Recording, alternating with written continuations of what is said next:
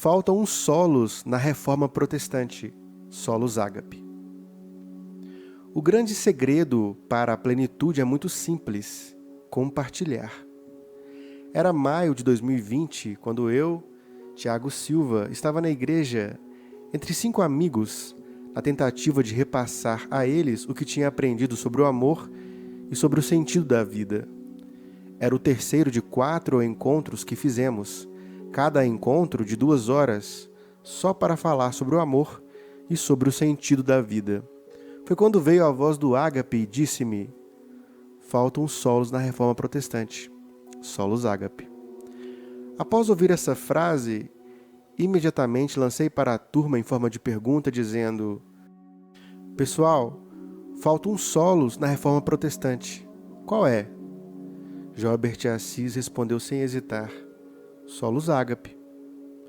Joelbert não possui curso superior em teologia ou especialização em reforma protestante. Sem dúvida, o mesmo ágape que me deu essa informação deu também a Joelbert o entendimento. A reforma protestante é comemorada de 31 de outubro, pois nesse dia, no ano de 1517, Martinho Lutero afixou na porta da igreja do castelo, em Wittenberg, na Alemanha, um convite ao debate para o esclarecimento do valor das indulgências, que ficou conhecido como as 95 Teses. Essas 95 teses deixaram um legado muito importante na história da igreja e serviram como base para criar, ao longo de toda a história, os 5 solas e compreender melhor as escrituras sagradas, bem como a relação entre Deus e a humanidade. Os 5 solas atualmente defendidos pela Igreja Reformada são sola fide, sola gratia, sola scriptura, soli Deo gloria, solus Christus. Traduzidos para o português são, respectivamente, somente a fé, somente a graça, somente as Escrituras, só a Deus glória e somente Cristo. Esses solas não estão errados, mas estão incompletos. Faltou o essencial, o mais importante, o solos ágape, somente amor. Como está escrito em Colossenses 3,14, acima de tudo, porém, esteja o ágape, que é o vínculo da perfeição. Permita-me expor aqui para você, de forma simples e objetiva, os 5 solas e os solos ágape. Sola Scriptura, somente as Escrituras. Toda Escritura é divinamente inspirada e proveitosa para ensinar, para repreender, para corrigir, para instruir em justiça, para que o homem de Deus seja perfeito e perfeitamente preparado para toda boa obra. Devemos acreditar e confiar nas Escrituras Sagradas, nos Antigo e Novo Testamentos. Nenhuma pessoa, mesmo que seja uma autoridade eclesiástica, dentro ou fora da igreja, pode escrever livros ou artigos que contradizem a verdade bíblica. Tenha a consciência de que toda tradução é uma interpretação. E mesmo que você leia a Bíblia em suas línguas originais, hebraico, aramaico e grego, você fará uma leitura tendo como ponto de partida a sua visão de mundo, suas crenças, sua cultura e sua época.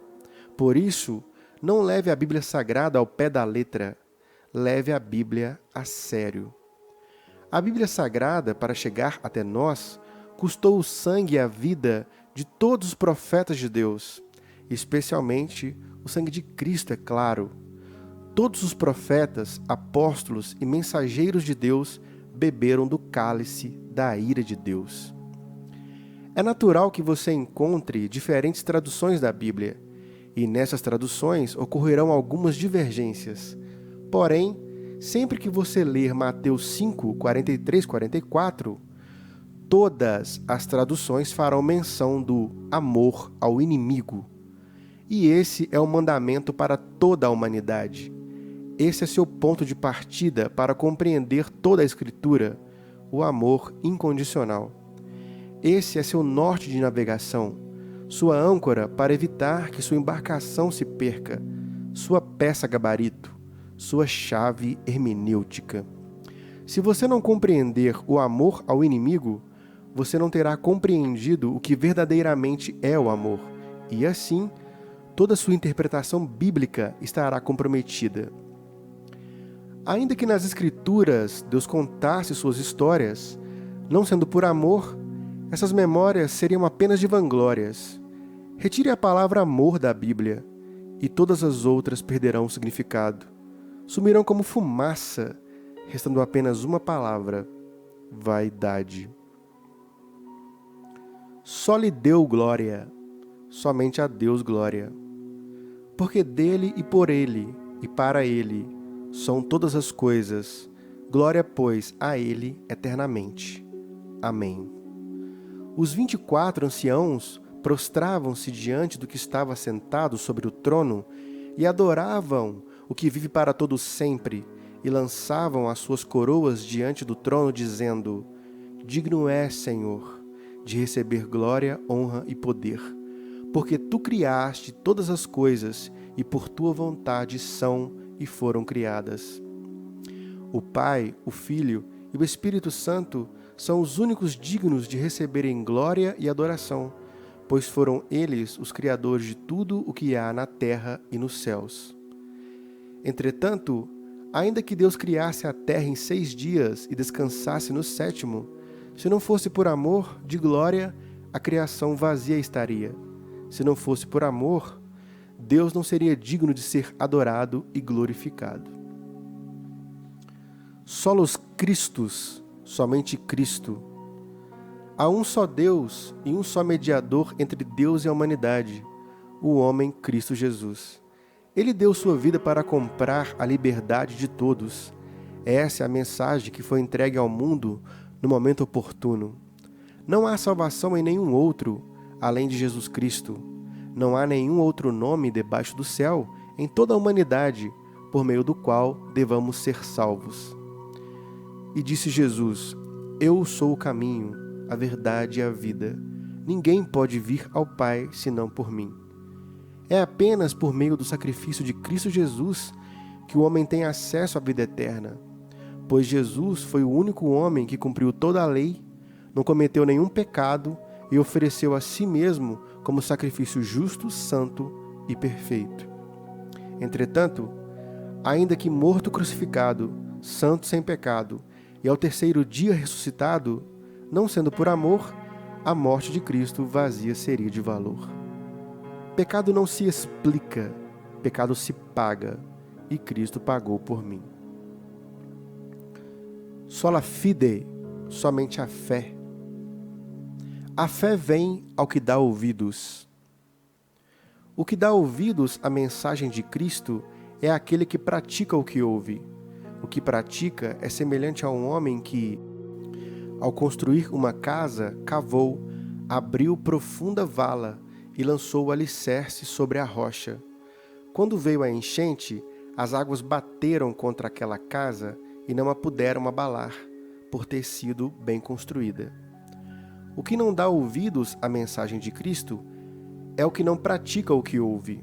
O que não pratica é semelhante a um homem que construiu uma casa sobre a terra sem alicerces, e quando as águas bateram contra ela, logo desabou. E aconteceu que foi grande a ruína daquela casa.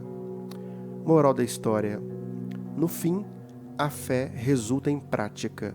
Onde não há prática, não há fé. A fé vem por ouvir, isto é, por ouvir as boas novas a respeito de Cristo.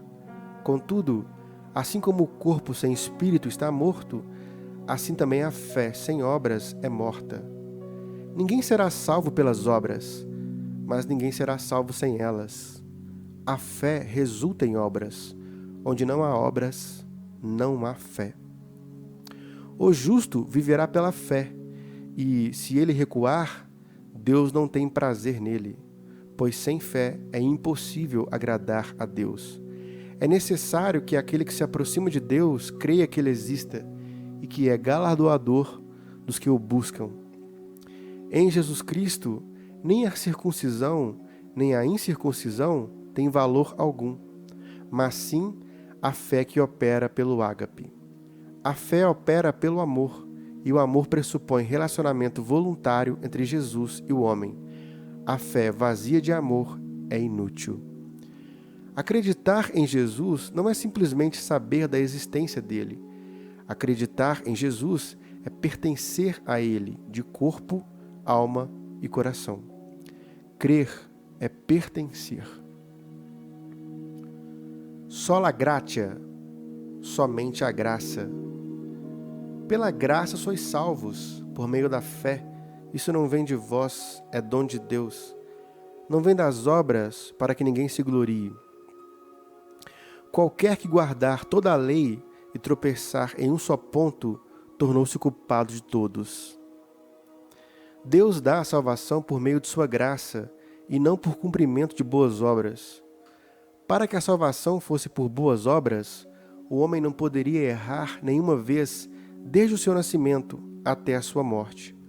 Uma vez que ele cometer o mínimo erro, ele já não é capaz de se salvar e necessita de um Salvador. O homem que busca a salvação por meio de boas obras está anulando o sacrifício de Cristo Jesus no Calvário. O homem que realiza boas obras para se dar bem na próxima vida não faz por amor, mas por interesse. Sendo assim, é vaidade, é obra sem valor. Todavia, é possível compreender que a graça de Deus também opera pelo ágape, pois sem ágape a graça de nada valeria. Aquele que recebe a graça de Deus manifesta as boas obras de Deus. Aquele que recebe a graça de Deus manifesta o amor incondicional de Deus. Não somos salvos porque fazemos boas obras, mas fazemos boas obras porque já somos salvos. Solos ágape, somente amor. Nem olhos viram, nem ouvidos ouviram, nem jamais penetrou em corações humanos o que Deus já preparou para aqueles que o amam. Bem-aventurado é aquele que suporta com perseverança a provação, porque, depois de ter sido aprovado, receberá a coroa da vida, a qual o Senhor prometeu aos que o amam.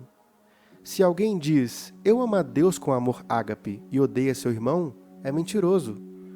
Pois quem não ama a seu irmão com amor ágape, a qual viu, como pode amar com ágape a Deus a quem não viu?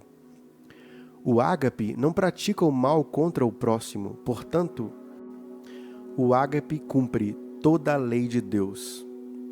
A fé, a graça, as escrituras sagradas, a glória de Deus, o Cristo e tudo o que há nos céus e na terra, sem amor, nada valem. O que não é motivado pelo amor é o mesmo que correr atrás do vento. O que aumenta apenas em ciência, aumenta em enfado e tristeza. O que aumenta em amor, aumenta em ânimo, paz e alegria.